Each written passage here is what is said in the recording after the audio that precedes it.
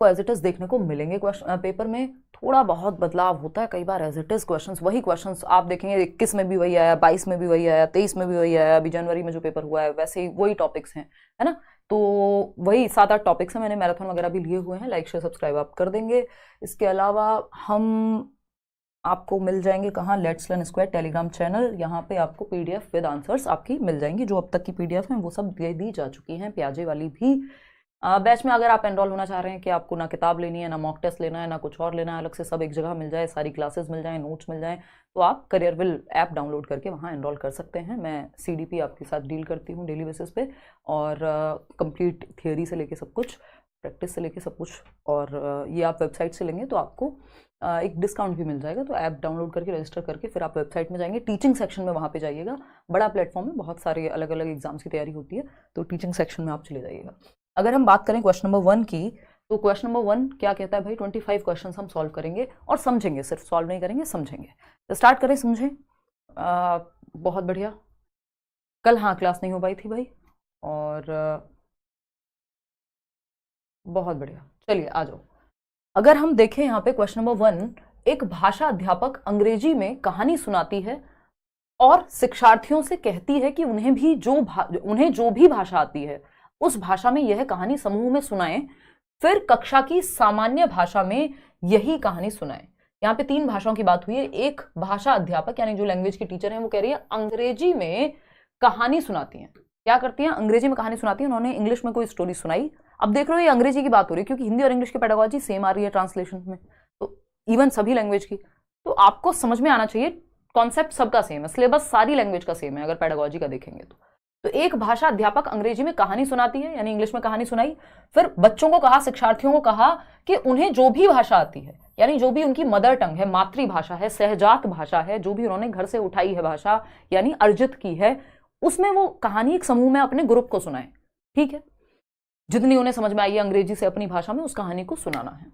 उस भाषा में यह कहानी समूह में सुनाएंगे। फिर उसके बाद तीसरी भाषा आएगी, कक्षा की सामान्य भाषा में यही कहानी सुनाएं।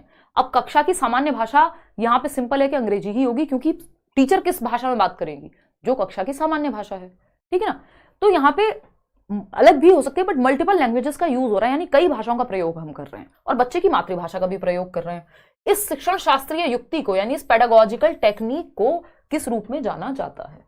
पहला ऑप्शन है बहुभाषा शिक्षण, यानी इसको मल्टीलिंगुअल टीचिंग कहेंगे।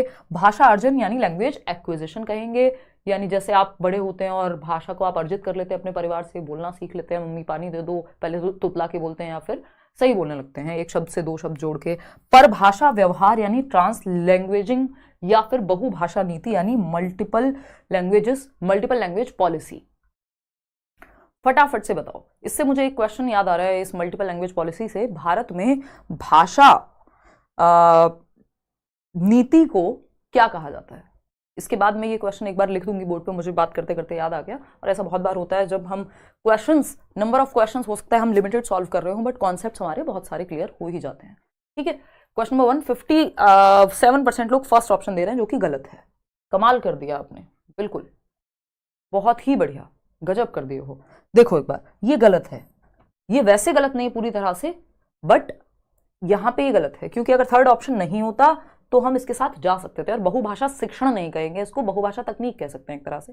खैर, अगर हम बात करें यहां पे, भाई बच्चे कई भाषाओं का प्रयोग कर रहे हैं। इंग्लिश में कहानी सुनाई गई, उन्होंने अपनी भाषा में बच्चों ने एक दूसरे को सुनाई, फिर कहा गया कि जो सामान्य भाषा है क्लास की, चाहे वो इंग्लिश हो या जो भी है, उसमें कहानी सुनाओ। तो कई भाषाओं का प्रयोग हो रहा है, बच्चे की मातृभाषा का भी प्रयोग हो रहा है।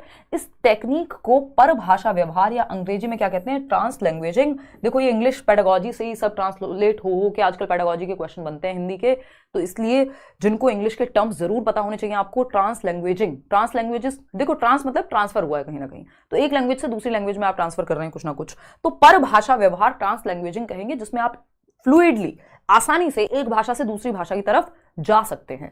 ये बहुभाषा तकनीक का एक पहलू है, एक एस्पेक्ट है मल्टीलिंगुअल टीचिंग का। अब यहां पे मल्टीलिंगुअल टीचिंग, ठीक है बहुभाषाएं तो यूज हो रही हैं, लेकिन आपको एग्जैक्ट टर्म बताना है। तो एग्जैक्ट टर्म अगर हमारे पास है, जो हमसे एग्जैक्टली पूछा गया है, तो हम उस पे जाएंगे ना डायरेक्ट, है ना। अगर हमसे कहा गया है 2 दूनी कितने होते हैं, तो हम सीधा 4 कहेंगे ना।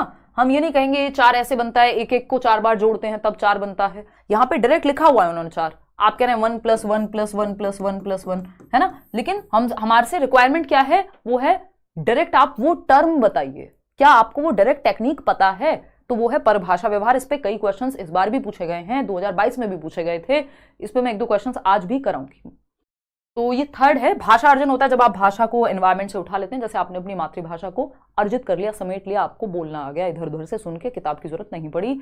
बहुभाषा शिक्षण में आप कई भाषाओं का प्रयोग कर सकते हैं, तो उसी का एक पहलू है एक तरह से। बहुभाषिक नीति, यानी नीति की तो यहाँ बात नहीं हो रही, ये टेक्निक पूछी थी हमसे। पॉलिसी कौन सी है ये थोड़ी पूछा था। अब पॉलिसी से एक क्वेश्चन मुझे याद आ रहा है, पोल भी देना साथ में। मैं आपके सामने एक क्वेश्चन रखती हूँ कि भारत की शिक्षा नीति, भाषा शिक्षा नीति कौन सी है भारत में पूछा जा चुका है पहले। भारत में भाषा नीति को यानी लैंग्वेज पॉलिसी को क्या कहते हैं, बताना एक बार। भाषा नीति को क्या कहते हैं? सिंपल, सरल, सुंदर, सस्ता, टिकाऊ। तो हिंदी लिखने की प्रैक्टिस इतनी कम हो गई है ना over the period of time. Bharat में भाषा नीति को क्या कहते हैं या क्या नाम है? दिख पा रहा है यहां तक? कहते हैं, बताइएगा फटाफट से। 4 ऑप्शन अगेन, है ना। फर्स्ट ऑप्शन क्या हो सकता है? बहुभाषिता,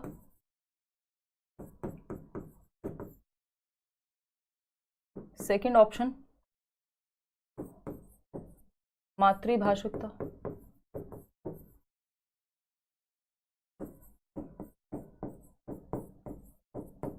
त्रिभाषा सूत्र, या फिर मानक भाषा। फटाफट से बताओ, 4 ऑप्शन है, फटाफट से बताओ, दिमाग थोड़ा एक्टिव होगा ना। थर्ड ऑप्शन, बहुत बढ़िया भाई। भारत की जो भाषा नीति है, जिसको हम लैंग्वेज पॉलिसी कहते हैं, वो हम जो फॉलो करते हैं स्कूल्स में या एजुकेशन सिस्टम पूरा जो फॉलो करता है, वो है त्रिभाषा सूत्र, जिसको 3 लैंग्वेज फॉर्मूला कहते हैं। और ये 3 लैंग्वेज फॉर्मूला की बात कहाँ हुई है? एक क्वेश्चन इस पे भी आता ही है आजकल, पिछले 2-3 साल में अगर आप देखेंगे। ये 3 लैंग्वेज फॉर्मूला की बात आपका कोठारी आयोग की एक पॉलिसी थी 1964-66 वाली, और उसमें इसकी बात हुई है कि 3 भाषाएं आप पढ़ाइए, मदर टंग जो भी आपकी हिंदी या इंग्लिश में से कोई एक, और कोई भी एक मॉडर्न इंडियन लैंग्वेज। खैर इस पे हम आएंगे, अभी एक क्वेश्चन और आएगा इस तरह का। तो भारत की लैंग्वेज पॉलिसी को हम त्रिभाषा सूत्र कहते हैं, इसको ही हम ध्यान में रखते हैं। इस पे बवाल भी हुआ था साउथ में। क्वेश्चन नंबर 2 देखिएगा एक बार, ये क्या कहता है? क्वेश्चन नंबर 2 कहता है कक्षा 7 की अध्यापिका यानी क्लास 7 की टीचर हैं, जो जोड़ियों में यानी पेयर्स में, जोड़ों में मतलब 2-2 के बच्चों का, मान लीजिए 30 बच्चे हैं, 15 पेयर बना दिए, 2-2 बच्चों का एक पेयर, ठीक है ना।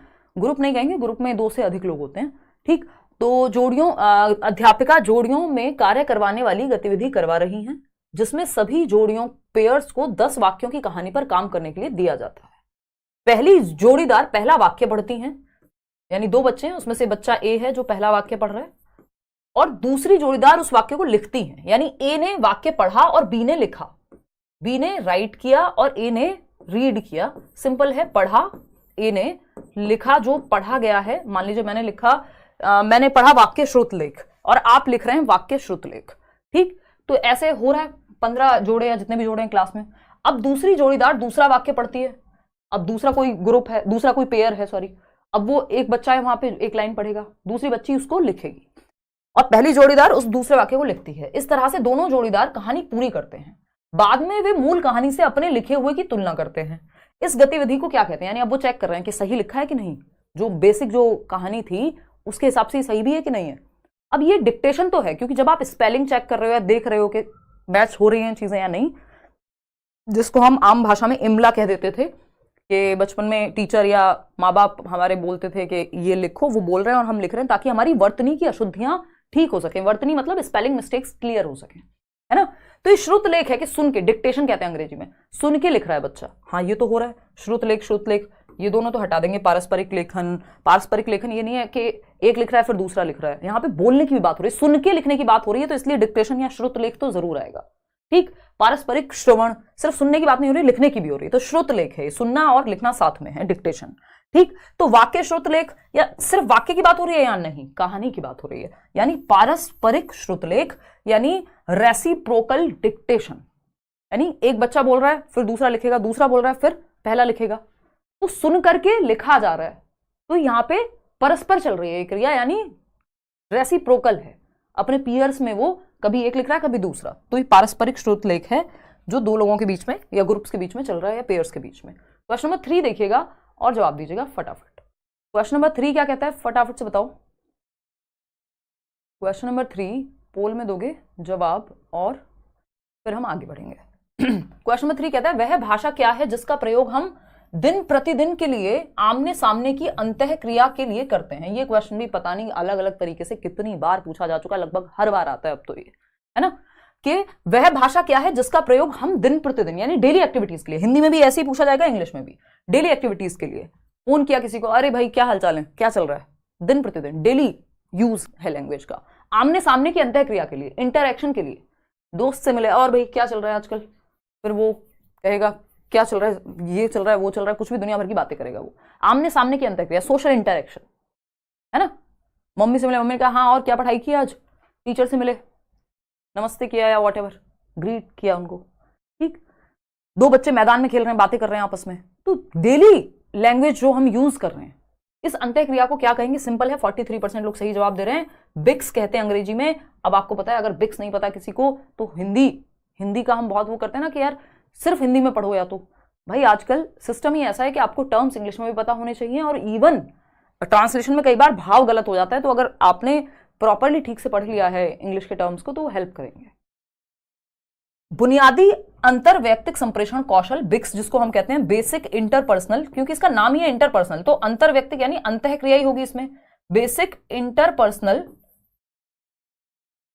कम्युनिकेशन स्किल्स, यानी वो स्किल्स जो हम इंटरपर्सनल कम्युनिकेशन में एक दूसरे से बातचीत में यूज कर रहे हैं, फोन पे बात करना, सामने बात करना, अपनी बात को कहना, दूसरे की बात को समझना, ये बेसिक इंटरपर्सनल कम्युनिकेटिव स्किल्स जो हैं बिक्स कहलाती हैं, जिसमें बातचीत की बात आएगी। इसका ऑपोजिट हो जाता है कैल्प, यानी एग्जैक्ट ऑपोजिट नहीं बट इससे डिफरेंट है, संज्ञानात्मक अकादमिक भाषा निपुणता, यानी कॉग्निटिव एकेडमिक लैंग्वेज प्रोफिशिएंसी, यानी जब आप भाषा का इस्तेमाल डेली नहीं, जो ज्ञान के सृजन के लिए कर रहे हैं, जिसमें आप एकेडमिक सब्जेक्ट पढ़ रहे हैं, प्रोफिशिएंसी आपकी उस पे है, तो वो कॉग्निटिव आपके जो ये हिंदी में अगर कहें तो संज्ञानात्मक अकादमिक भाषा निपुणता, कि आपकी उतनी पकड़ है कि आप किसी सब्जेक्ट को पढ़ के समझ पा रहे हैं, है ना। कॉग्निटिव एकेडमिक लैंग्वेज प्रोफिशिएंसी कहते हैं कैल्प, हिंदी और इंग्लिश दोनों में पूछा जाता है। तो ये पढ़ने लिखने के बारे में होती है, डेली एक्टिविटी के बारे में है, इसलिए हम इसको नहीं कह सकते। अगर ये पढ़ने के बारे में, पढ़ के चैप्टर को समझने के बारे में होती तो हम इसको कह देते। अंतरवैयक्तिक भाषा निपुणता, संप्रेषणात्मक भाषा कौशल, ये देखने में अच्छा लग रहा है, लेकिन हमारे पास एग्जैक्ट टर्म जब है तो हम इसके साथ क्यों जाएंगे, है ना। एक को 4 बार जोड़ के क्यों दिखाएंगे जब 2 दूनी 4 डायरेक्ट लिखा हुआ है। 4 देखिए क्वेश्चन नंबर, ये क्या कहता है भाई, क्वेश्चन नंबर 4 कहता है मिडिल स्तर पर अध्यापन करने वाली अध्यापक एक पाठ्य सामग्री, मिडिल स्तर पर मतलब बोले तो कक्षा 6 से 8 के बीच में, है ना।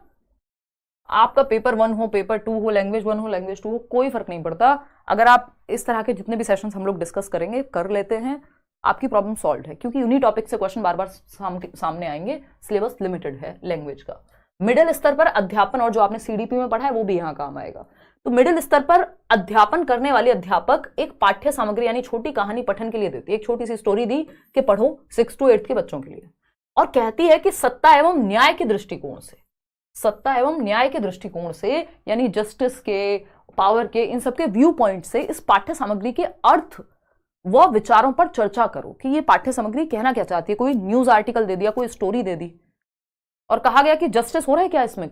वो कौन सी कहानी होती थी जो बचपन में नहीं होती थी, 2 बैल थे और एक वो बैल, प्रेमचंद की आई थिंक कोई कहानी है, ठीक। तो अब उसमें आप सोचते हो कि यार इसने, इसके दोस्त ने सही किया कि गलत किया, है ना। आपको सोचने के लिए कहा जा रहा है, दिमाग पे जोर डालेंगे अब आप, है ना। क्या जस्टिस हुआ। अध्यापक अपने शिक्षार्थियों में किसका विकास करने की चेष्टा कर रही है, बताओ किस चीज का विकास, कौन सी कहानी थी, बताओ जल्दी, है राहुल।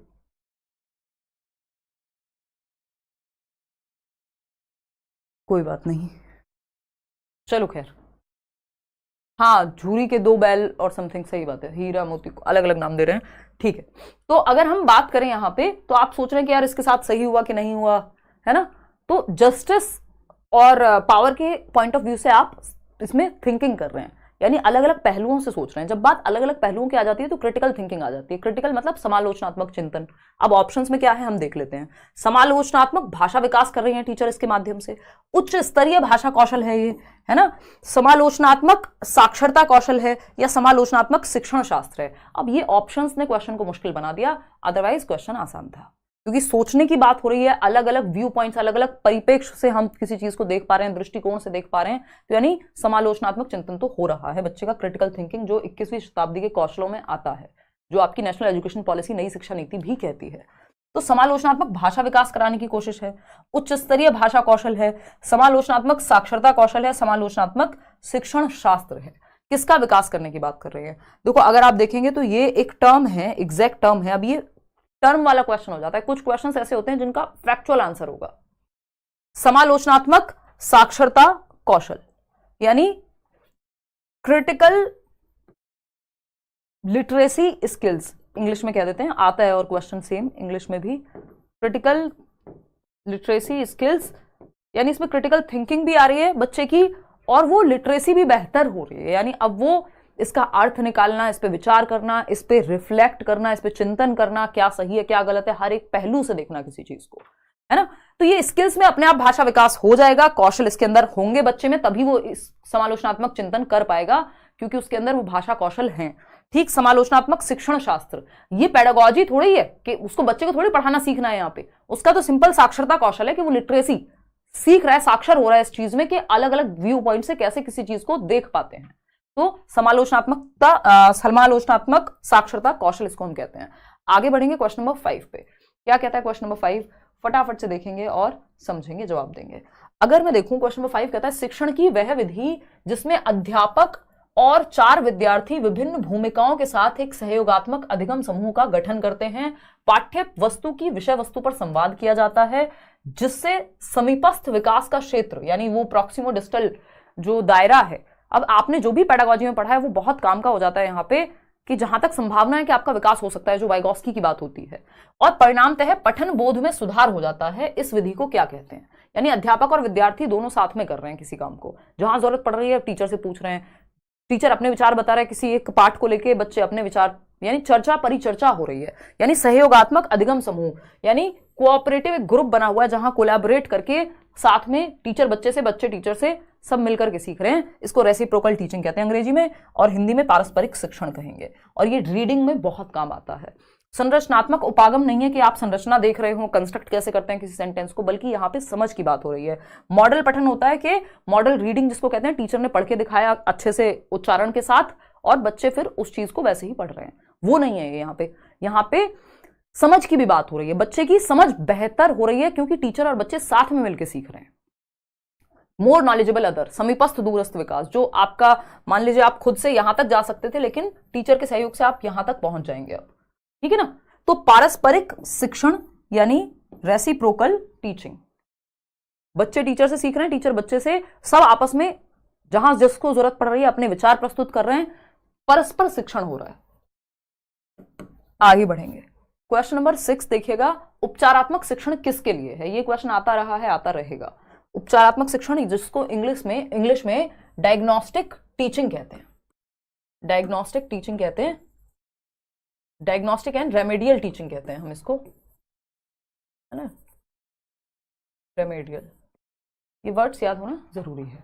देखिएगा, तो अगर उपचारात्मक शिक्षण किसके लिए है, तो उन शिक्षार्थियों और अध्यापकों के लिए जिन्हें अपने शिक्षण अधिगम युक्तियों को समझने और बदलने और सुधार लाने की जरूरत है, उनके लिए उपचारात्मक शिक्षण होना चाहिए। उन शिक्षार्थियों और अध्यापकों के लिए जो भाषा की परीक्षा में अधिक अंक लाना चाहते हैं। देखो, अंक लाना कभी भी पर्पस होता ही नहीं है पेडागोजी में, ठीक। बच्चे का भला अंक से नहीं, समझ से होगा, अंक अपने आप आ जाएंगे। एक्सेलेंस के पीछे भागो, सक्सेस झकमार के पीछे आएगी। याद कीजिए 3 इडियट्स, यही पेडागोजी का पूरा सिद्धांत है, ठीक। थर्ड ऑप्शन है उन शिक्षार्थियों के लिए जिन्हें भाषा अधिगम के कुछ आयामों पर ध्यान देने की आवश्यकता है, यानी कुछ ही आयामों पे, बट कौन से आयाम? जहां कठिनाई हो। तो ऐसा नहीं है कोई भी रैंडम कुछ आयाम, कौन से कुछ आयाम? जहां कठिनाई हो वहीं तो उपचार दिया जाएगा, जहां बीमारी तो हो कोई, अगर कुछ है ही नहीं दिक्कत तो डॉक्टर जबरदस्ती थोड़ी मुझे दवाइयां दे देगा, ठीक है ना। अगर हम देखें उन अध्यापकों के लिए जिन्हें भाषा सीखने वाले कुछ शिक्षार्थियों के लिए अपने शिक्षण में सुधार की जरूरत है, यानी उन टीचर्स के लिए, सिर्फ टीचर्स के लिए है ये नहीं भाई, टीचर और स्टूडेंट दोनों के लिए है। कि टीचर के लिए क्या कैसे सही है, बच्चे के लिए कि उसको कठिनाई कहां है, वो किस चैप्टर में किस जगह पे अटकता है, कहां दिक्कत है, तो उसको सुधार लाइए आप, तो वो उपचारात्मक शिक्षण में आएगा, दोबारा पढ़ाइए, नए तरीके से पढ़ाइए। टीचर के लिए कि टीचर का जो टीचिंग मेथड है उसमें दिक्कत कहां है, उसको अपनी टीचिंग में इंप्रूवमेंट की कहां जरूरत है ना। ऐसा थोड़ी कि टीचर को कोई जरूरत ही नहीं है चेंज की। तो उन शिक्षार्थियों और अध्यापकों के लिए, यानी टीचर के लिए भी और स्टूडेंट्स के लिए भी, जिन्हें अपने शिक्षण अधिगम में जो टीचिंग लर्निंग प्रोसेस है, उनकी टेक्निक्स हैं, मेथड्स हैं, उनमें बदलाव और सुधार लाने की जरूरत है। चाहे वो बच्चे को, चाहे किसी एक चैप्टर में दिक्कत है ना, किसी एक पॉइंट में दिक्कत है, तो टीचर और बच्चे दोनों में यहां चेंज आ सकता है उपचारात्मक शिक्षण के माध्यम से। और उपचारात्मक शिक्षण होता ही है जहां बच्चे को दिक्कत है, सुधार लाने की जरूरत है। ये नहीं कि कुछ आयामों पर ध्यान देने की जरूरत है, जहां मुश्किल है, बच्चे को दिक्कत है, वहां ध्यान देने की जरूरत है, उसी को उपचारात्मक शिक्षण कह रहे हैं। ठीक, फर्स्ट ऑप्शन। क्वेश्चन नंबर 7 देखिएगा और जवाब दीजिएगा। क्वेश्चन नंबर 7 कहता है, भाषा शिक्षा पर राष्ट्रीय शिक्षा नीति 2020 के संदर्भ में कौन सा कथन सही नहीं है, नॉट। तो ध्यान से पढ़ना होता है नॉट वाले क्वेश्चंस को। त्रिभाषा सूत्र के अंतर्गत भारतीय भाषाओं का अध्ययन, ये सही नहीं है, बिल्कुल सही है, भारतीय भाषाओं की बात होती है थ्री लैंग्वेज फॉर्मूला में, है ना। त्रिभाषा सूत्र के अंतर्गत भाषा के रूप में अंग्रेजी भाषा का अध्ययन, चलो ये भी होता है, इंग्लिश लैंग्वेज की भी बात हुई है थ्री लैंग्वेज फॉर्मूला में। त्रिभाषा सूत्र के अंतर्गत, ये त्रिभाषा सूत्र क्या है, भारत की भाषा पॉलिसी है, भाषा नीति है, इसके आधार पर भाषाएं पढ़ाई जानी चाहिए, ये एक पॉलिसी है। त्रिभाषा सूत्र के अंतर्गत शास्त्रीय भाषा का अध्ययन, यानी जो क्लासिकल लैंग्वेजेस हैं उनका अध्ययन जो है आपका, क्लासिकल लैंग्वेजेस का अध्ययन त्रिभाषा सूत्र में, ये बात कही गई है, बताओ एक बार। नेशनल एजुकेशन पॉलिसी कह रही है, हाँ नेशनल एजुकेशन पॉलिसी कह रही है शास्त्रीय भाषाओं के बारे में, बट त्रिभाषा सूत्र के माध्यम से नहीं कह रही है। वो ये नहीं कह रही है थ्री लैंग्वेज फॉर्मूला में तीसरी भाषा पढ़ा दो संस्कृत, जो कि क्लासिकल लैंग्वेज है, या और भी क्लासिकल लैंग्वेजेस या शास्त्रीय भाषाएं हैं भारत में, वो कह रहे हैं एडिशनल सब्जेक्ट के रूप में पढ़ाइए आप क्लासिकल लैंग्वेजेस को या शास्त्रीय भाषाओं को, एक अतिरिक्त वैकल्पिक विषय के रूप में, ना कि त्रिभाषा सूत्र के अंदर। त्रिभाषा सूत्र में 3 भाषाएं हैं ऑलरेडी, उस पर हम अभी चर्चा करेंगे। त्रिभाषा सूत्र के अंतर्गत मातृभाषा, घर की भाषा का अध्ययन, भाई ये तो होता ही है त्रिभाषा सूत्र में, मदर टंग की भी बात हुई है ना, अंग्रेजी की भी बात हुई है, भारतीय भाषाओं की भी बात हुई है, जो क्षेत्रीय भाषाएं हैं बच्चे की, या मॉडर्न इंडियन लैंग्वेजेस हैं जो भारतीय भाषाएं हैं, उनकी बात हुई है। लेकिन त्रिभाषा सूत्र के अंतर्गत शास्त्रीय भाषा का अध्ययन, ये आपकी जो भाषा, जो राष्ट्रीय शिक्षा नीति है, वो ये नहीं कहती। वो कहती है जो शास्त्रीय भाषाएं हैं, क्लासिकल लैंग्वेजेस हैं भारत में, चाहे वो संस्कृत है या और इस तरह की भाषाएं हैं, उनको एडिशनल सब्जेक्ट के रूप में पढ़ाइए, वैकल्पिक विषय के रूप में पढ़ाइए, ना कि थ्री लैंग्वेज फॉर्मूला के अंदर। थ्री लैंग्वेज फॉर्मूला में तो 3 भाषाएं हैं, यानी त्रिभाषा सूत्र में तो नाम ही है त्रि, है ना। मदर टंग है बच्चे की, जो भी मातृभाषा है ना, इंग्लिश या हिंदी है, डिपेंड करेगा कि मातृभाषा हिंदी है, इंग्लिश है, इनमें से कुछ हुआ तो फिर कुछ और आ जाएगा यहाँ पे। और तीसरी भाषा आपकी मॉडर्न इंडियन लैंग्वेज है, यानी भारतीय भाषाओं में से कोई एक। ये 3 भाषाओं का जिक्र हुआ है त्रिभाषा सूत्र में, ना कि वैकल्पिक विषय के रूप में शास्त्रीय भाषा का। वो नेशनल एजुकेशन पॉलिसी कहती है कि अलग से आप एडिशनल सब्जेक्ट के रूप में पढ़ाइए। क्वेश्चन नंबर 8 देखिएगा फटाफट से। कोझिकोड के लिए एक विशेष समुदाय में बोली जा रही मलयालम इसी स्थान में दूसरों के द्वारा बोली जा रही मलयालम से थोड़ी सी भिन्न है। विशेष समुदाय द्वारा बोली जा रही मलयालम को किस रूप में जाना जाएगा? कोझिकोड कहाँ है? एक सिटी है, कहाँ? केरला में। उसमें ईवीएस में भी पढ़ते हैं हम, है ना।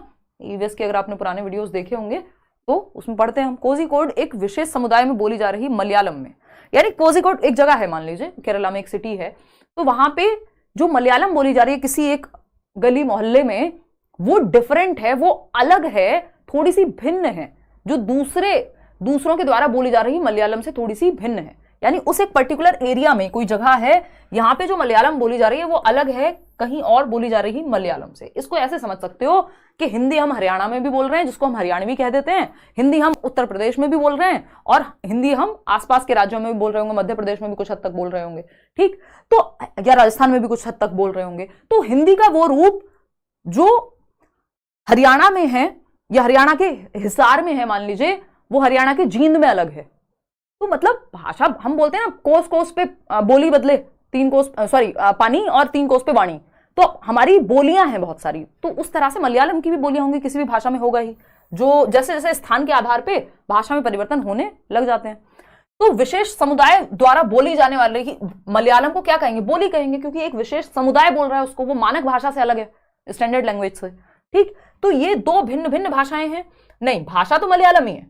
मलयालम की सामाजिक बोली है जो उस समाज ने अडॉप्ट कर ली है, जो एक जगह पे बोली जा रही है।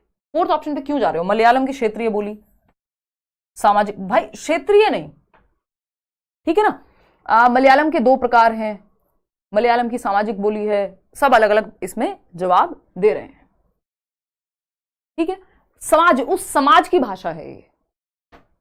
चलिए खैर आगे बढ़ते हैं नेक्स्ट क्वेश्चन पे। क्वेश्चन नंबर है 9, निम्नलिखित में से कौन सा विस्तृत पठन का उद्देश्य नहीं है? विस्तृत पठन के कई प्रकार होते हैं, हमने मैराथन में पढ़े थे, फिर किसी दिन डिस्कस करेंगे। विस्तृत पठन का उद्देश्य नहीं है। विस्तृत मतलब इसको कहते हैं अंग्रेजी में एक्सटेंसिव रीडिंग, एक्सटेंसिव रीडिंग। और एक होता है गहन पठन जिसको हम इंटेंसिव रीडिंग कहते हैं। एक होता है गहन पठन, इंटेंसिव और एक्सटेंसिव पढ़ते हैं ना हम, तो पठन के प्रकार हैं बहुत सारे, संभाषिक पठन हैं और भी कई प्रकार हैं। अभी मैं कंफ्यूज नहीं करूंगी आपको, सिर्फ दो ही पे हम चर्चा करेंगे। गहन पठन, जैसे जैसे लेक्चर्स आगे बढ़ेंगे फिर किसी और दिन। गहन पठन यानी इंटेंसिव रीडिंग, और विस्तृत पठन यानी एक्सटेंसिव रीडिंग। विस्तृत पठन के बारे में सही नहीं है। व्याकरण अधिगम के लिए पठन, आनंद के लिए पठन यानी रीडिंग फॉर प्लेजर, सराहना बोध के लिए पठन, एप्रिसिएशन के लिए पठन, यार कितनी अच्छी नॉवल लिखी है, हाँ ठीक है। आनंद के लिए पठन, मजा आ रहा है कोई कहानी पढ़ने में, कोई किताब पढ़ने में, मजे के लिए पढ़ रहे हैं, सिलेबस में नहीं है, ऐसे ही मन कर रहा है पढ़ रहे हैं। बहिर्वेशन यानी एक्स्ट्रापोलेशन के लिए पठन, यानी आप चिंतन कर पा रहे हैं, उससे कुछ नया अपना एक कंक्लूजन ड्रॉ कर पा रहे हैं, एक अपना कुछ क्या कहेंगे कंक्लूजन को, हम अपना एक सार निकाल पा रहे हैं, अपना एक व्यू पॉइंट देख पा रहे हैं उसमें से। तो अगर हम देखें सराहना बोध के लिए पठन या आनंद के लिए पठन, तीनों बातें सही हैं, क्योंकि एक्सटेंसिव रीडिंग या विस्तृत पठन क्या होती है? जब आप मजे के लिए पढ़ रहे हैं, एक्स्ट्रा में पढ़ रहे हैं, कोई नॉवल पढ़ रहे हैं, हैरी पॉटर की कोई किताब पढ़ रहे हैं, कोई और आपका मन किया प्रेमचंद की कहानी पढ़ रहे हैं, जबकि आपके सिलेबस में भी नहीं है, या लाइब्रेरी गए कोई भी किताब उठाई, तो आप मजे के लिए पढ़ रहे हैं, ना तो पेपर के लिए पढ़ रहे हैं, आपको मजा आ रहा है वो पढ़ के सराहना कर पा रहे हैं, आप एक्स्ट्रापोलेशन के लिए पढ़ रहे हैं, आपका दिमाग आप 4 दिशाओं में सोच पा रहे हैं, चीजों के बारे में जान पा रहे हैं। व्याकरण अधिगम के लिए पठन नहीं है। व्याकरण अधिगम के लिए होता है या पर्टिकुलर संरचना के लिए होता है, तो ये गहन पठन हो जाता है जो पढ़ाई लिखाई से आपकी डायरेक्ट रिलेटेड होता। तो ये है फर्स्ट ऑप्शन गलत है, और जो गलत है वही सही है, क्योंकि पूछा ही गलत था, नहीं वाला है, तो सही जो नहीं है उसी का जवाब हमें देना है। क्वेश्चन नंबर 10 देखना, त्रिभाषा सूत्र के बारे में कौन सा कथन सही है? यानी 3 लैंग्वेज फॉर्मूला के बारे में कौन सी एक बात सही है? मातृभाषा, घर की भाषा या हिंदी प्रथम भाषा के रूप में, बताइए।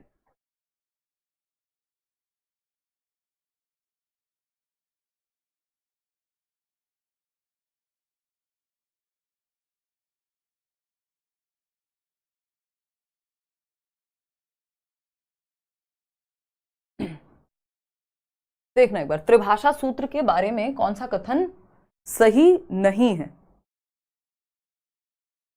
फटाफट से बताओ। मातृभाषा, घर की भाषा यानी मदर टंग, आपकी होम लैंग्वेज, बात एक ही है। हिंदी प्रथम भाषा के रूप में, तो घर की भाषा या मातृभाषा हमेशा हिंदी ही होगी, ये कैसे मान लें हम? मातृभाषा सही क्या है वो पूछा है, तो ये तो सही नहीं है। मातृभाषा, घर की भाषा, अंग्रेजी प्रथम भाषा के रूप में, भाई प्रथम भाषा के रूप में थोड़ी हो जाएगी, ये मातृभाषा थोड़ी है सबकी, हिंदी अंग्रेजी पूरे भारत में, किसी की पंजाबी होगी, किसी की मलयालम होगी, किसी की कोई और होगी। मातृभाषा ठीक है, घर की भाषा ठीक है, क्षेत्रीय भाषा प्रथम भाषा के रूप में, हाँ जो क्षेत्रीय भाषा होगी वो आपकी फर्स्ट लैंग्वेज हो सकती है, क्योंकि वही मदर टंग होगी होपफुली, और वही आपकी घर की भाषा भी होगी जो उस क्षेत्र में बोली जा रही होगी। अंग्रेजी, हिंदी घर की भाषा, स्थानीय भाषा प्रथम भाषा के रूप में। अंग्रेजी थोप नहीं सकते हम, सबसे पहले मातृभाषा, तो थर्ड ऑप्शन ही है, सबसे पहले मदर टंग मातृभाषा में शिक्षा दीजिए आप, जो भी मीडियम है, भाषा का माध्यम है, पढ़ाने का जो माध्यम है वो मातृभाषा होनी चाहिए, बच्चे की घर की भाषा होनी चाहिए, और उसको हम क्षेत्रीय भाषा भी कह सकते हैं प्रथम भाषा के रूप में, ये सेम ही बात है। या सहजात भाषा भी यहाँ लिखा हो सकता था, तो घर की भाषा, मातृभाषा, क्षेत्रीय भाषा, ये सब एक है, इनको प्रथम भाषा के रूप में पढ़ाया जाना चाहिए, फिर जाके इंग्लिश हिंदी की बात होगी, और फिर उसके बाद मॉडर्न इंडियन लैंग्वेज कोई तीसरी भाषा की बात होगी।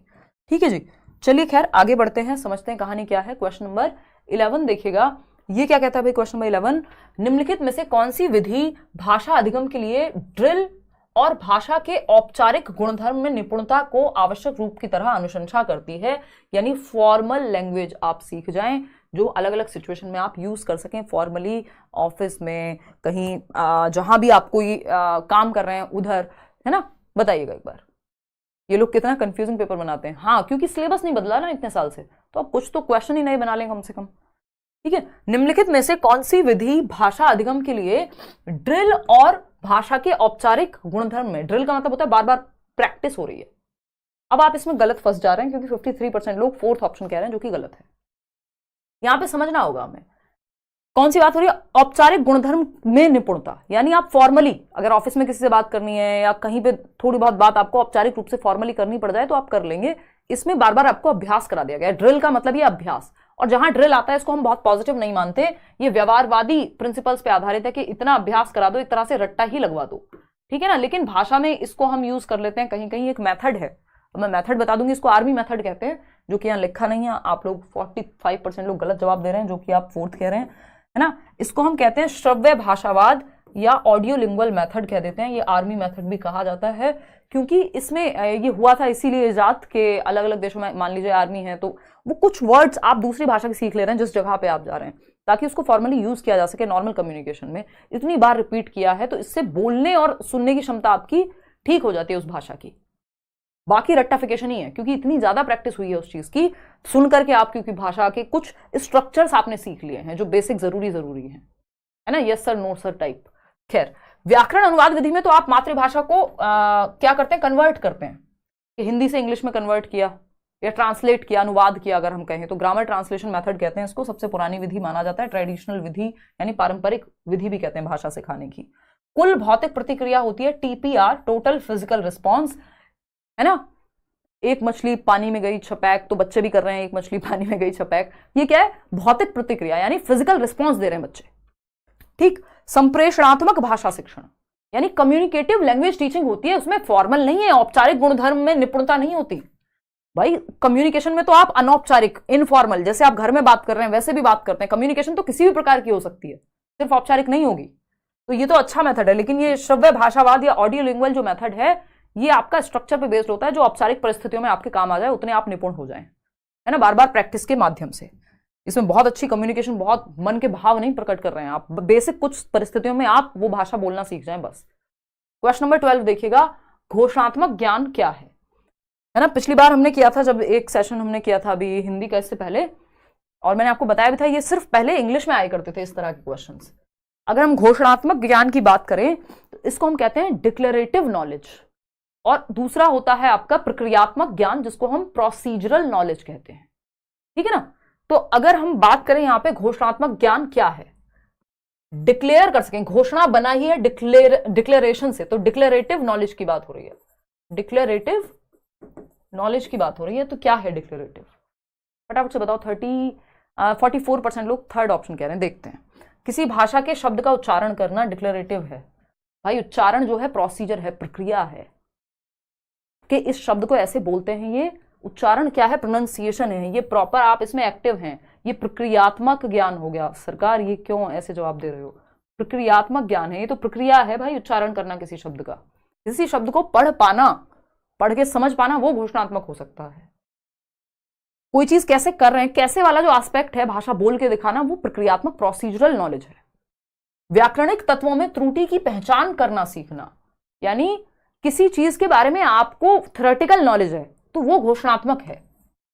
व्याकरणिक तत्वों में त्रुटि की पहचान करना सीखना कि कहां ग्रामेटिकल मिस्टेक कहां है इस चीज में, ये घोषणात्मक ज्ञान है। किसी व्याकरणिक तत्व पर कैसे कार्य किया जाए, अब आप फिर से फंस गए, कैसे कार्य किया जाए, हाउ का मतलब है आप करके देखेंगे किसी चीज को, यानी प्रोसीजरल नॉलेज हो जाएगी, यानी प्रक्रिया है ये अपने आप में कि कैसे यूज करेंगे इसको रियल सिचुएशन में। व्याकरणिक तत्वों के बारे में ज्ञान, ये फिर भी एक बार को हमें लग रहा है कि व्याकरणिक तत्वों के बारे में ज्ञान यानी नॉलेज की बात हो रही है, तो ये फिर भी सही लग रहा है हमें। अब फर्स्ट और फोर्थ में से देख लेते हैं, व्याकरणिक तत्वों के बारे में ज्ञान या व्याकरणिक तत्वों में त्रुटि की पहचान करना सीखना। अब पहचान करना सीखना में भी आपको प्रोसीजर की जगह क्या, हाँ प्रोसीजर ही फॉलो करना पड़ेगा, प्रक्रिया होगी तभी आप पहचान कर पाएंगे। लेकिन अगर घोषणात्मक ज्ञान की बात करें तो यहाँ पे आप फिजिकली मतलब कुछ कर नहीं रहे होते, बस नॉलेज की बात होती है कि इस चीज का आपको ज्ञान है कि नाउन की जो डेफिनेशन होती है वो आपको पता है, उसका प्रैक्टिकल यूज क्या है ये नहीं। वो फिर प्रोसीजरल में चला जाएगा, प्रक्रियात्मक ज्ञान में चला जाएगा कि व्याकरण की इसकी संज्ञा की परिभाषा के अनुसार 2-4 उदाहरण बता दो, तो उसके लिए आप प्रोसीजर यानी प्रक्रिया पे जा रहे हैं। यहां सिर्फ ज्ञान की बात होती है क्योंकि ये घोषणात्मक ज्ञान है, ये डिक्लेरेटिव नॉलेज है कि आपको डेफिनेशन पता है, किसी चीज के बारे में पता है थ्योरेटिकली। तो व्याकरणिक तत्वों के बारे में ज्ञान है आपको कि ये रूल होते हैं, ऐसे होते हैं, आपने यूज किया नहीं किया है ना। रसगुल्ला क्या है, डेफिनेशन लिख रहे हैं, ये है घोषणात्मक ज्ञान। रसगुल्ला टेस्ट कैसा करता है, खा के देख रहे हैं, वो है प्रक्रियात्मक ज्ञान यानी प्रोसीजरल नॉलेज। तो ये कैसे कार्य करेंगे, पहचान करने में, उच्चारण करने में, इनमें सब में प्रैक्टिकल नॉलेज लगेगी, यानी आपका प्रोसीजरल नॉलेज या प्रक्रिया फॉलो होगी प्रॉपर। लेकिन यहां पे सिर्फ आपको घोषणा करनी है कि ये होते हैं भाई व्याकरणिक तत्व। सिंपल बात है, डी ऑप्शन या फोर्थ ऑप्शन यहां पे सही है। आगे बढ़ेंगे क्वेश्चन नंबर 13 पर। परभाषा व्यवहार, ट्रांस लैंग्वेजिंग फिर से आ गया, जिस क्वेश्चन से आई थिंक हमने शुरुआत की थी। परभाषा व्यवहार या ट्रांस लैंग्वेजिंग क्या है? पहला ऑप्शन है, एक कक्षा में एक से अधिक भाषाओं को संसाधन के रूप में इस्तेमाल करने की शिक्षण शास्त्रीय प्रक्रिया है। दूसरा ऑप्शन है, विद्यालय में कितनी भाषाएं पढ़ानी चाहिए, इस मुद्दे पर शिक्षा नीति में भाषा है। इस मुद्दे पर शिक्षा नीति की बात 3 लैंग्वेज फॉर्मूला में हो जाएगी, ये नहीं है, ट्रांस लैंग्वेजिंग नहीं कहते इसको। भाषाओं के शिक्षण अधिगम के दौरान एक भाषा से दूसरी भाषा में व्यवहार करने से संबंधित है, यानी एक से दूसरी लैंग्वेज में चले गए आप, बाइलिंगुअल हो गए। भाषाएं किस तरह से एक समय अवधि के दौरान अपना रूप बदलती हैं, ये कोई भाषा के बारे में थोड़ी ना ज्ञान ले रहे हैं आप। ट्रांस लैंग्वेजिंग यानी आप मल्टीपल लैंग्वेजेस का, एक से अधिक भाषाओं का प्रयोग कर पा रहे हैं क्लासरूम में, ये है। तो एक कक्षा में एक से अधिक भाषाओं को संसाधन के रूप में इस्तेमाल करने की शिक्षण शास्त्रीय प्रक्रिया है, एक पेडागोजिकल टेक्निक है। जो शुरुआत में बात हुई थी कि पहले टीचर इंग्लिश में पढ़ती हैं, फिर बच्चों को अपनी भाषा में डिस्कस करने को कहती हैं, फिर क्लासरूम की जो भाषा है उसमें चर्चा करने को कहती हैं। तो यहाँ पे एक से अधिक भाषाएं यूज हो रही हैं भाषा को समझने के लिए, ठीक है। तो भाषाओं के शिक्षण अधिगम के दौरान एक भाषा से दूसरी भाषा में व्यवहार करने से संबंधित है, तो वो तो सीधा सीधा अनुवाद हो जाएगा ना, ट्रांसलेशन हो जाएगा। तो एक से दूसरी भाषा में जाना ही थोड़े ना ट्रांस लैंग्वेजिंग है। एक से अधिक भाषाएं भी हो सकती हैं जिनको हम एक संसाधन के रूप में यूज कर रहे हैं। तो इससे बेहतर ऑप्शन हमारे पास अवेलेबल है, जो कि फर्स्ट ऑप्शन है। आगे बढ़ेंगे, क्वेश्चन नंबर 14 देखिएगा। ये क्या कहता है भाई, नीचे दिए गए प्रश्न को पढ़ें। ठीक है, पढ़ लेंगे जी। पता करें कि यह प्रश्न किस प्रारूप यानी टाइपोलॉजी का है, किस तरह का क्वेश्चन है, ये पता करो। ठीक है, पता कर लेंगे भाई। छोटी बालिका की कहानी पढ़ने के बाद आपने उसके दुखों और कठिनाइयों का सामना करने वाले साहस को महसूस किया। आपने किसी बच्ची की कहानी पढ़ी, किसी व्यक्ति की कहानी सुनी और आपने क्या किया, उसको महसूस किया। ऐसे जोश टॉक्स पे सुनते हैं ना लोग बहुत, ठीक है ना। मेरी मम्मी अभी कुछ टाइम पहले, उनको नया नया यूट्यूब वगैरह उन्होंने देखना शुरू किया है, तो जोश टॉक पे पूरी पूरी कहानियां सुनते हुए रात को सो जाती हैं। तो एक दिन हम बात कर रहे थे, तो फिर कुछ दीदी की शादी में किसी को बुलाना था, तो जोश टॉक से किसी को बुलाना था, तो हम लिस्ट बना रहे थे। यानी तेरा भी जोश टॉक है, मतलब कुछ तो बात हुई ऐसी, तो फिर तो घर की मुर्गी हो जाती है दाल बराबर, इससे ये साबित होता है। मैंने कहा हाँ मम्मी। तो फिर हमारी बात हुई, फिर उन्होंने देखा होगा। तो लेकिन वो रोज़ वो कहानियाँ सुनती हैं और लोगों के दर्द को महसूस करती हैं और फिर बताती हैं कि देखो लोग दुनिया में क्या क्या कर रहे हैं, है ना, देखो लोग क्या क्या महसूस कर रहे हैं। जो शौर्य है मेरा भाई, अब वही सबसे छोटा है, तो उसी को ज्ञान सबसे ज़्यादा दिया जाता है। तो ये कहानी है। छोटी बालिका की कहानी पढ़ने के बाद, मुझे इससे वही याद आया, छोटी बालिका की कहानी पढ़ने के बाद आपने उसके दुखों और कठिनाइयों का सामना करने वाले साहस को महसूस किया, यानी फील किया आपने किसी की कहानी सुन के, है ना, किसी की आप बीती सुन के। ठीक, आप उस लड़की को उसकी प्रशंसा के लिए पत्र लिखना चाहेंगे। लगभग 120 शब्दों में पत्र लिखना है। क्या कहलाएगा भाई, फटाफट से बताओ। पहला ऑप्शन है पाठ का विस्तार करने वाला प्रश्न, यानी एक्स्ट्रापोलेटिव क्वेश्चन है, या फिर विमर्श संबंधी प्रश्न, यानी कि जिसपे चर्चा की जा सके, सोचा जा सके, अभिव्यक्त परक यानी अपने आप को एक्सप्रेस करने वाला प्रश्न, या फिर दीर्घ उत्तरीय प्रश्न यानी लॉन्ग आंसर टाइप क्वेश्चन। फटाफट से बताइए। नहीं भारती, बताइए। ए फॉर अपने वाला, हाँ हाँ बहुत बढ़िया प्रतिमा, सृष्टि कह रही है। हाँ यार, बहुत सालों पुरानी वीडियो है वो, जो स्टॉक पे 4 साल पुरानी, उससे भी ज़्यादा मुझे लग रहा है। बहुत बढ़िया। अब तो आजकल हम इधर उधर जाते नहीं हैं। ए फॉर अशोक लगाओ, बहुत बढ़िया। हाँ बहुत बढ़िया, ठीक है। ठीक है जी आदर्श, चलिए अब जवाब दे दीजिए फटाफट से। 47% लोग किसी एक आंसर को कह रहे हैं, थर्ड ऑप्शन। फटाफट से देखते हैं क्या है। अभिव्यक्त परक। अब हम यहाँ फंस गए, क्यों? क्योंकि हमने, अब हिंदी में क्वेश्चन इतने आसान नहीं आते, आपने देखा और अक्कड़ बक्कड़ करके आपने लगा दिया। छोटी बालिका की कहानी पढ़ने के बाद आपने उसके दुखों और कठिनाइयों का सामना करने वाले साहस को महसूस किया एक तो, यानी यू फेल्ट दैट, ठीक है, एग्जैक्ट थिंग जो उसने कठिनाइयां, या किसी मूवी देख के, किसी बायोग्राफी पढ़ के, किसी ऑटोबायोग्राफी पढ़ के, कोई उस तरह की मूवी बनी हो जो बायोग्राफिकल हो, आपके आंसू आ गए, आपने महसूस किया उस दर्द को, ठीक, एक तो महसूस किया है, फील वाला एस्पेक्ट है। आप उस लड़की को उसकी प्रशंसा के लिए पत्र लिखना चाह रहे हैं, लगभग 120 शब्द में पत्र लिखना है। अब देखो, देखने में बिल्कुल सही बात है आपकी ये, कि आपको लग सकता है अभिव्यक्त ही तो कर रहे हैं, जो महसूस किया है उसको एक्सप्रेस कर रहे हैं, लेकिन ये अभिव्यक्त परक प्रश्न नहीं है, क्योंकि आप सिर्फ अपने इमोशन नहीं एक्सप्रेस कर रहे हैं, आपने जो पढ़ा है और फिर आप उस पढ़ने के बाद उसकी प्रशंसा करने की बात कर रहे हैं, यहां पे उसके लिए शब्दों की बात कर रहे हैं, यानी आपको सोचना होगा। आपने जो पढ़ा है उसके परे भी आप गए होगे, आपका चिंतन जागृत हुआ होगा, इसको एक्स्ट्रापोलेशन कहते हैं, है ना। अभी हमने थोड़ी देर पहले भी किया था, पाठ का विस्तार करने वाले प्रश्न कहते हैं ऐसे क्वेश्चन को। एक टीचर के रूप में सोचिए, इमोशनल मत हो जाइए, है ना, जोश टॉक वाले माहौल में मत चले जाइए। बात क्या चल रही है? पाठ का विस्तार करने वाला प्रश्न, यानी एज अ टीचर जब आप इस तरह की चीज कहते हैं कि एक काम करा, आपने पाठ को पढ़ा, आपने महसूस किया, अब उसकी प्रशंसा में आपको पत्र लिखना है, या उसके बारे में जो भी बात कहनी है उस पर पत्र लिखना है, यानी पाठ का विस्तार हो गया। बच्चे अपना दिमाग लगा पाएंगे, थिंकिंग कर पाएंगे, जो है सामने उसके और परे जा पाएंगे। तो इसको पेडागोजी के टर्म्स में पाठ का विस्तार करने वाला प्रश्न कहते हैं, या एक्स्ट्रापोलेटिव क्वेश्चन कहते हैं, जिसमें बच्चे को एक्स्ट्रा सोचना भी पड़ेगा, विचार भी करना पड़ेगा, चिंतन भी करना पड़ेगा, तब एक्सप्रेस करेगा। तो एक्सप्रेस करना तो जस्ट एक पार्ट है इसका, इसीलिए अभिव्यक्त परक नहीं कह रहे हैं, क्योंकि जस्ट जो अभिव्यक्ति है यहां वो जस्ट एक हिस्सा है। पेडागोजिकल टूल में इसको हम क्या कहते हैं? एक्स्ट्रापोलेटिव टाइप का क्वेश्चन कहते हैं। समझ पा रहे हो? आम भाषा में नहीं समझना है इसको, पेडागोजी में समझना है ना।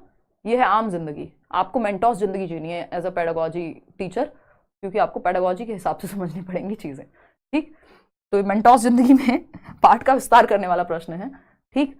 और दीर्घ उत्तरीय विमर्श संबंधी वो कोई सेंस ही नहीं बनाता, वो अपने आप ही इसके अंदर आ जाएगा कि वो दीर्घ उत्तरीय तो अपने आप ही हो जाएगा जब 120 शब्द में लिखना है, लेकिन सिर्फ 120 शब्दों को नहीं समझना है। ये अपने आप में एक एक्स्ट्रापोलेटिव क्वेश्चन था जिसमें आपको सोचना पड़ा। क्वेश्चन नंबर 15 देखिएगा, 25 क्वेश्चन है टोटल। निम्नलिखित में से त्रिभाषा सूत्र के संबंध में कौन सा कथन सही है? बताइएगा फटाफट से। सभी बच्चे अपनी विद्यालयी शिक्षा राज्य भाषा हिंदी में शुरू करते हैं और 10वीं पूरी करने तक कम से कम 2 और भाषाएं सीखते हैं। यानी जो उनकी स्कूल की लैंग्वेज है राज्य भाषा हिंदी में शुरू करते हैं और 10वीं पूरी करने तक कम से कम 2 और भाषाएं सीख जाते हैं, यानी सब हिंदी में शुरू कर रहे हैं। सबकी मातृभाषा हिंदी होगी जरूरी तो नहीं है। फिर देखते हैं सेकंड ऑप्शन, ये क्या कहता है भाई? सभी बच्चे अपनी विद्यालयी शिक्षा मातृभाषा और घर की भाषा में शुरू करते हैं और 10वीं पूरी करने तक कम से कम 2 और भाषाएं सीख लेते हैं। ये बात सही है, क्योंकि सबकी पहली भाषा हिंदी होगी, ये हम क्यों मान ले रहे हैं? क्योंकि हमारी है भाई। इस देश में बहुभाषी देश है हमारा, कितनी सारी भाषाएं हैं। अगर हम देखें, किसी घर में मलयालम बोली जा रही हो सकती है, किसी घर में पंजाबी, किसी घर में संस्कृत, किसी घर में कुछ और हो सकता है, भोजपुरी, कोई भी भाषा हो सकती है, बंगाली हो सकती है। तो वो हिंदी से ही शुरुआत क्यों करेगा? क्योंकि शुरुआत तो हमें त्रिभाषा सूत्र के अनुसार मातृभाषा से करनी है, और मातृभाषा क्या है आपकी? कोई भी हो सकती है, जरूरी थोड़ी हिंदी होगी। तो पहली भाषा सभी बच्चे विद्यालय शिक्षा मातृभाषा यानी घर की भाषा में शुरू करते हैं और 10वीं पूरी करने तक कम से कम 2 और भाषाएं सीखते हैं, क्योंकि एलिमेंट्री लेवल तक जाते जाते 2 और भाषाएं, तभी 3 लैंग्वेज बनेंगी टोटल। एक आपकी मदर टंग, दूसरी इंग्लिश या हिंदी में से कोई, और तीसरी आपकी मॉडर्न इंडियन लैंग्वेज, ठीक है ना। तो तब तो 10वीं तक जाते जाते 3 भाषाएं वो सीख लेगा। सभी बच्चे अपनी विद्यालय शिक्षा अंग्रेजी माध्यम में क्यों करें भाई? बच्चे अपनी विद्यालय शिक्षा अपने राज्य की भाषा में नहीं, मातृभाषा में शुरू करेंगे और 2 और भाषाएं सीख लेंगे। तो सेकेंड ऑप्शन सही है। क्वेश्चन नंबर 16 देखिएगा और जवाब दीजिएगा। यहां एक ऐसी स्थिति दी जा रही है जहां विद्यार्थियों को विषय के प्रति समझ बनाने के लिए विषय के विपरीत वाले दृष्टिकोण से परिचित करवाया जाता है। इस प्रक्रिया द्वारा विद्यार्थियों में किसके विकास का प्रयास किया जा रहा है? यानी जो सब्जेक्ट है उसका ऑपोजिट भी आप सोच पाए, यानी उसका और दूसरा पक्ष क्या हो सकता है। जैसे ही मैं कहती हूं कई पहलुओं पर सोचना, यानी समालोचनात्मक चिंतन की बात हो रही है। आते हैं ऑप्शन पे, समझते हैं। समालोचनात्मक साक्षरता यानी क्रिटिकल लिटरेसी, साक्षरता विकास, लिटरेसी डेवलपमेंट। तो लिटरेसी तो नॉर्मली भी तो पढ़ना लिखना सीखना भी तो साक्षरता है ना, इसमें आपको विपरीत वाले दृष्टिकोण की क्या जरूरत है? तो ये तो गलत हो जाएगा। समालोचनात्मक विश्लेषण है, ये एनालिसिस है। देखो ये समालोचनात्मक विश्लेषण अपने आप ही आ जाता है समालोचनात्मक साक्षरता कौशल के अंदर, जो हमने अभी किया था क्रिटिकल लिटरेसी स्किल्स में। अगर उसमें आप विश्लेषण नहीं कर पाएंगे तो काहे का समालोचनात्मक चिंतन है। क्रिटिकल थिंकिंग में तो आप देख पा रहे हैं ना, फैक्ट क्या है, ओपिनियन क्या है ना। कोई कह रहा है 2000 के नोट में चिप है, तो भाई कैसे है, कहां है, इसका साक्ष्य क्या है, हर एक पहलू आप देख पा रहे हैं किसी चीज का, वो समालोचनात्मक चिंतन है। ठीक, प्रक्रिया आधारित शिक्षण शास्त्र यानी प्रोसीजर पे बेस्ड है नहीं, यहां पे आप समालोचनात्मक साक्षरता की बात हो रही है। सिंपल बात, समालोचनात्मक विश्लेषण तो इसमें अपने आप आ जाएगा ना, समालोचना जहां आ गई तो विश्लेषण तो होगा ही। क्रिटिकल थिंकिंग में अगर आप एनालिसिस नहीं कर रहे हैं, विश्लेषण नहीं कर रहे हैं, चीजों को खोल के नहीं देख पा रहे हैं, तो फिर किस बात का क्रिटिकल थिंकिंग है ना। तो ये तो इसके अंदर अपने आप ही समाहित है। हाय मैम, पेड बैच में पेमेंट नहीं हो रहा, क्या करना चाहिए? सौम्या, हो जाएगा, ऐसी क्या दिक्कत है, टीम को कॉल कर लो, मेल डाल दो, है ना, वेबसाइट से ले लो। समालोचनात्मक साक्षरता, इसके अंदर अपने आप ये एनालिसिस भी, कंक्लूजन भी, निष्कर्ष निकालना, समालोचनात्मक निष्कर्ष, समालोचनात्मक आपका ये विश्लेषण, ये सब आ जाएगा समालोचनात्मक साक्षरता के अंदर, क्योंकि अब आपके अंदर वो लिटरेसी आ चुकी है। ये वैसा ही है कि जैसे हम कह रहे हैं कोई व्यक्ति साक्षर है, तो भाई साक्षर है तो पढ़ना लिखना तो आ ही गया होगा ना, तभी तो उसको लिटरेट कह रहे हैं हम, है ना। साक्षरता सीखी है तो पढ़ना लिखना बोलना ये सारी स्किल्स होंगी व्यक्ति में। तो उसी तरह से जब समालोचनात्मक साक्षरता आ गई है तो ये विश्लेषण, ये आपका तथ्यों पे जांचना, अलग अलग पहलुओं से सोचना, ये सब तो होगा ही। तो इसलिए वो बात सही है। कक्षा 6 की अध्यापिका शब्दावली समृद्ध करने के लिए चम्मच, प्लेट, डिब्बे, परात कक्षा में लेकर आती हैं। इन्हें दिखाकर वह रसोई में इस्तेमाल होने वाली वस्तुओं का विवरण लिखना चाहती हैं। भाषा शिक्षण के संदर्भ में इन वस्तुओं को क्या कहेंगे? वस्तुओं को ऑब्जेक्ट्स के माध्यम से पढ़ा रहे हैं, वस्तुओं के माध्यम से। जब मैंने कहा पेन, तो मैं कह रही हूं PEN, पेन लिखते हुए, ये होता है पेन। जब मैंने कहा एप्पल, तो मैंने एप्पल दिखा दिया। ये रियलिया है, रियल ऑब्जेक्ट्स का इस्तेमाल करना। ये सिर्फ पहले इंग्लिश पेडागोजी में ही आता था। वास्तविक वस्तुएं लेकर के आ रही है टीचिंग लर्निंग मटेरियल यानी शिक्षण सहायक सामग्री के रूप में, ताकि बच्चे को और क्लियर हो सकें चीजें। तो ये खाना पकाने के बर्तन है, वास्तविक जीवन के कार्य हैं, शिक्षण सामग्री नहीं, ये आम जिंदगी है। आपको मेंटोस आंसर चाहिए। वास्तविक वस्तुएं टीचर के रूप में सोचिए थोड़ा सा, यानी रियल ऑब्जेक्ट्स को जब आप क्लासरूम में बच्चों को समझाने के लिए यूज कर रहे हैं, है ना। तो झाड़ू, जब आप बात कर रहे हैं झाड़ू के बारे में बता रहे हैं तो झाड़ू दिखा भी दे रहे हैं। जब आप बॉटल की बात कर रहे हैं या माउस की बात कर रहे हैं तो आप माउस दिखा दे रहे हैं, है ना। तो रियल ऑब्जेक्ट्स को आप क्लासरूम में यूज कर रहे हैं जब, तो वो रियलिया कहलाता है, यानी रियल ऑब्जेक्ट्स या वास्तविक वस्तु है। क्वेश्चन नंबर 18 देखिएगा फटाफट से और जवाब दीजिएगा। क्या होता है क्वेश्चन नंबर 18 में? सामाजिक विज्ञान की कक्षा में, यानी सोशल साइंस की क्लास है, शिक्षार्थी कक्षा में दिए जा रहे वक्तव्य से मुख्य बिंदु समझने की कोशिश कर रहे हैं, यानी मेन जो पॉइंट है उस बात का वो क्या है उस चैप्टर का, और मुख्य बिंदु लिख रहे हैं, जो मेन पॉइंट्स हैं वो लिख रहे हैं। ठीक, इस कौशल को क्या कहेंगे? यानी मेन पॉइंट को समझने की कोशिश और उसको लिख भी रहे हैं। लेखन कौशल है, इसमें संज्ञानात्मक कौशल है, अध्ययन कौशल है या श्रवण कौशल है।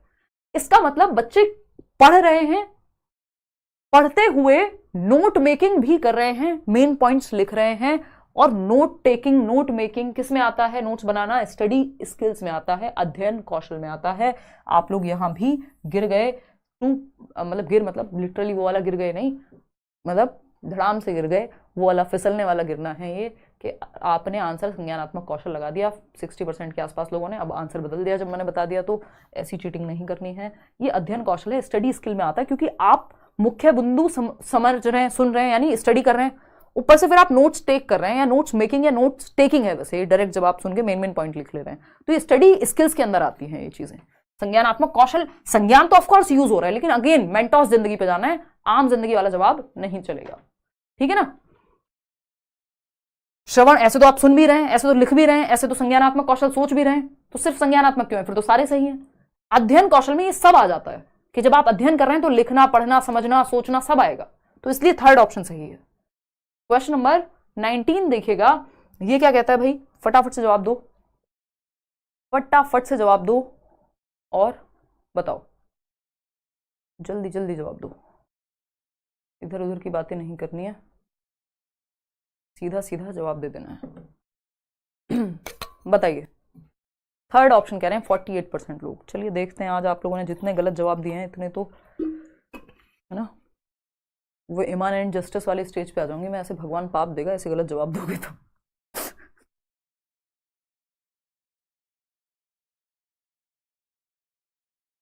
मजाक कर रही हूँ। खैर यहाँ गलती हो जाए कोई नहीं, पेपर में ठीक होना चाहिए, उसके लिए पहले समझ लगेगी। कुछ दिन 2-4-6 सेशन हम हिंदी के करेंगे तो अपने आप समझ बनने लग जाएगी, क्योंकि वही टॉपिक्स रिपीट हो रहे होते हैं बार बार, तो दिक्कत नहीं होगी।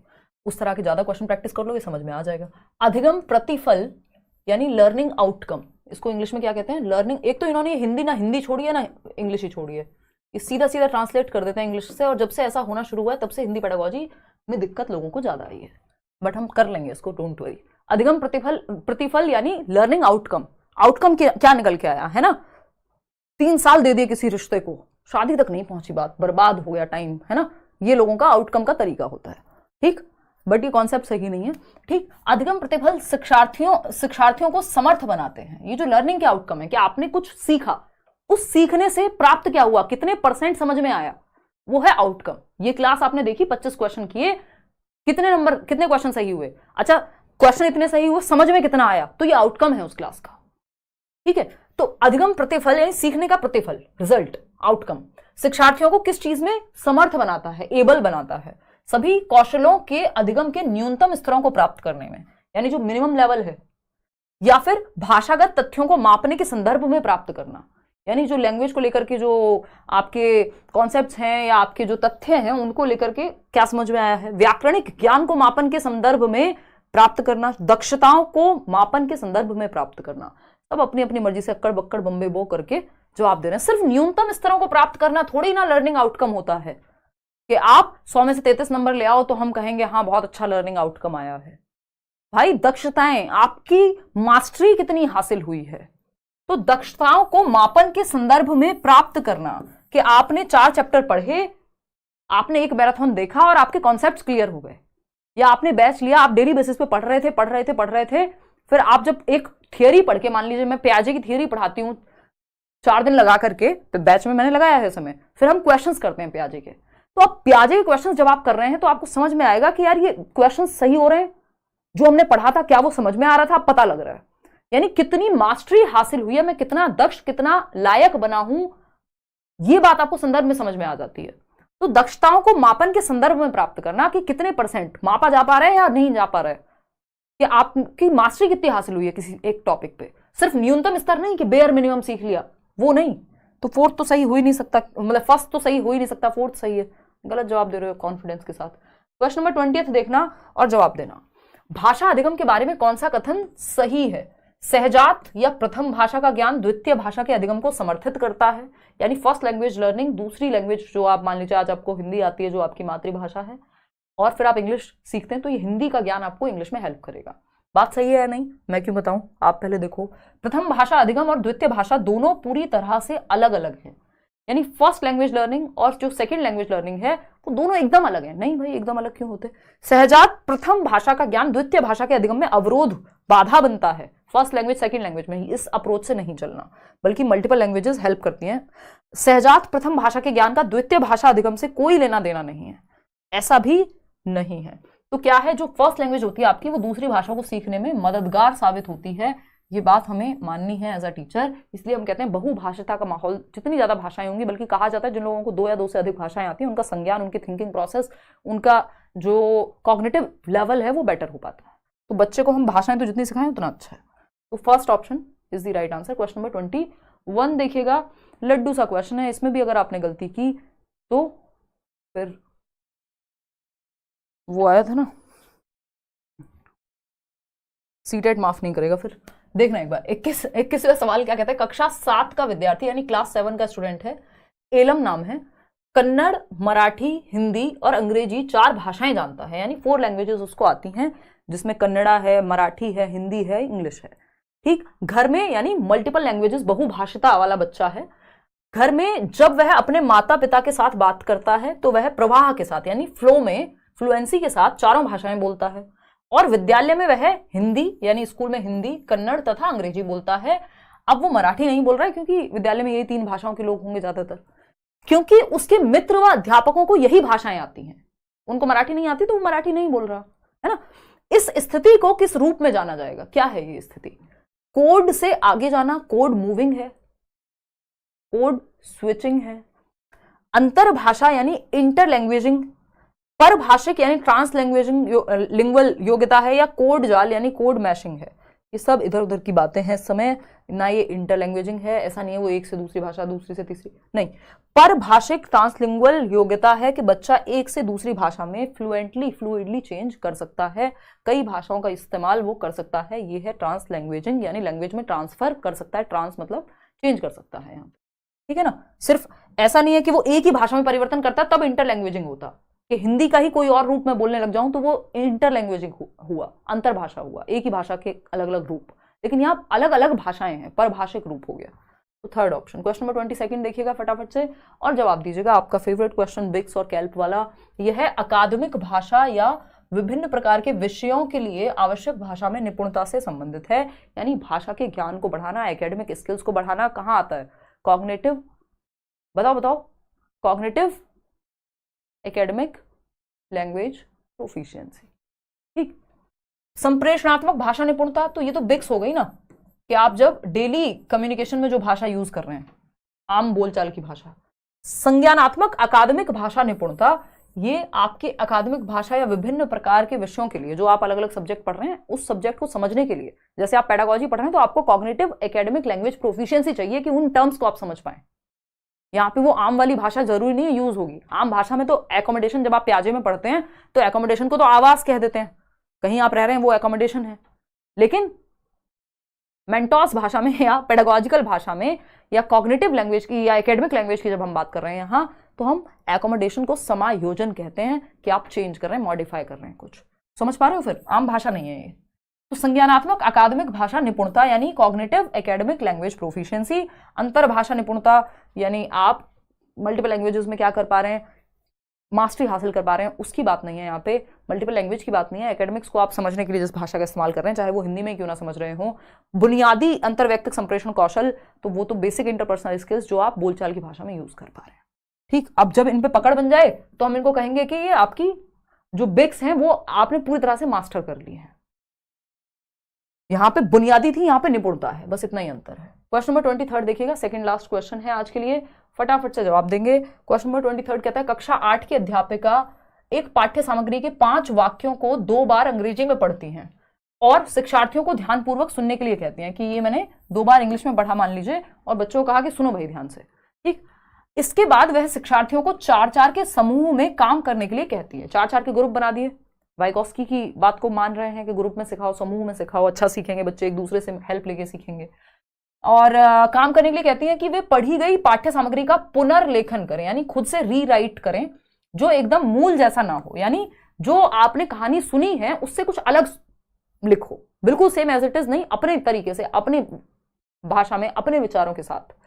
इस गतिविधि को क्या कहेंगे? सामूहिक श्रुतलेख कहेंगे, श्रवण कार्य, लेखन कार्य, अनुच्छेद श्रुतलेख है? बताओ।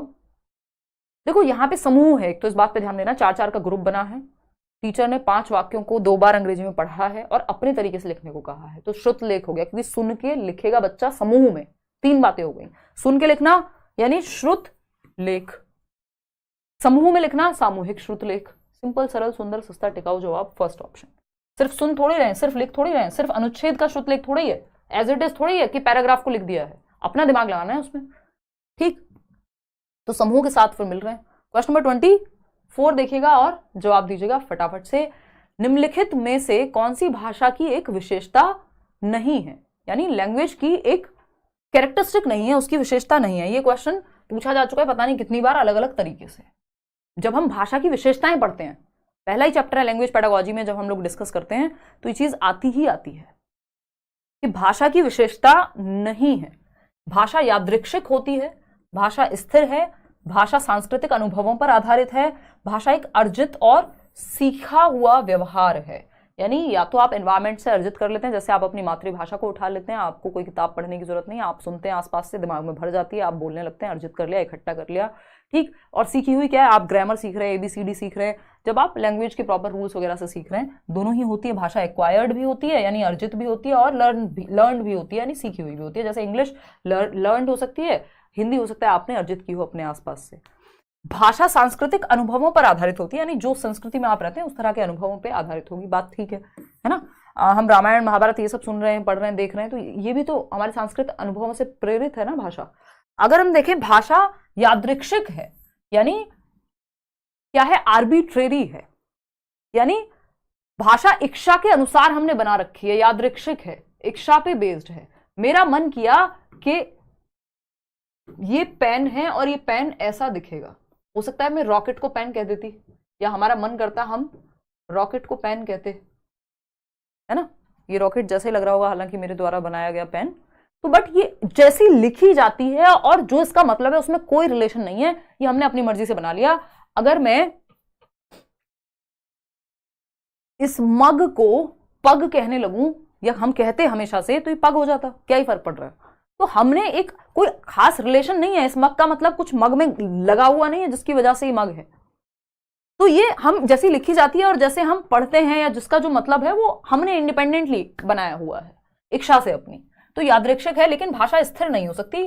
भाषा स्थिर हो जाएगी तो फिक्स हो जाएगी। हर साल पता नहीं कितनी सारी ऑक्सफोर्ड डिक्शनरी से लेके कितनी सारी डिक्शनरीज में नए नए शब्द ऐड होते हैं, कुछ शब्द हटते हैं। भाषा समाज के साथ बदलती रहती है, समय के साथ भाषा सेम नहीं रहती। आज से 20 साल पुरानी मूवी देख लीजिए कोई, पहले तो मूवी को मूवी भी नहीं कहते थे, फिल्म ही कहते थे, है ना।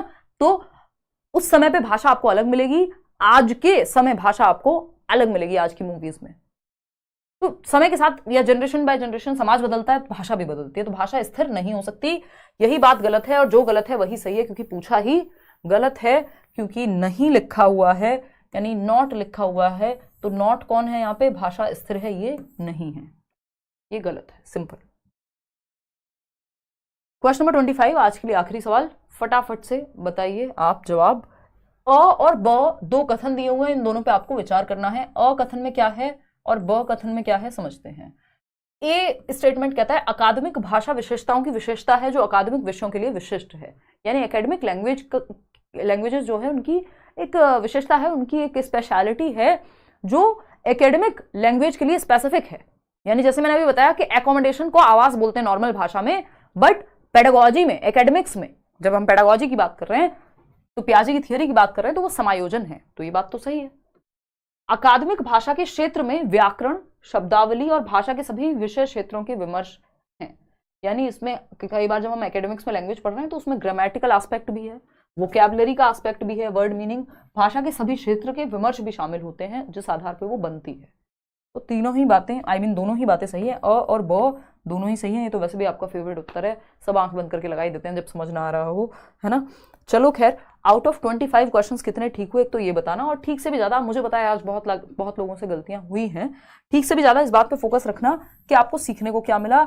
जब ये 2-4-6 सेशन हो जाएंगे तो आपको चीजें और अच्छे से क्लियर इसमें हो पाएंगी। तो आउट ऑफ 25 एक तो कितने ठीक किए, इसके आंसर्स के साथ PDF आपको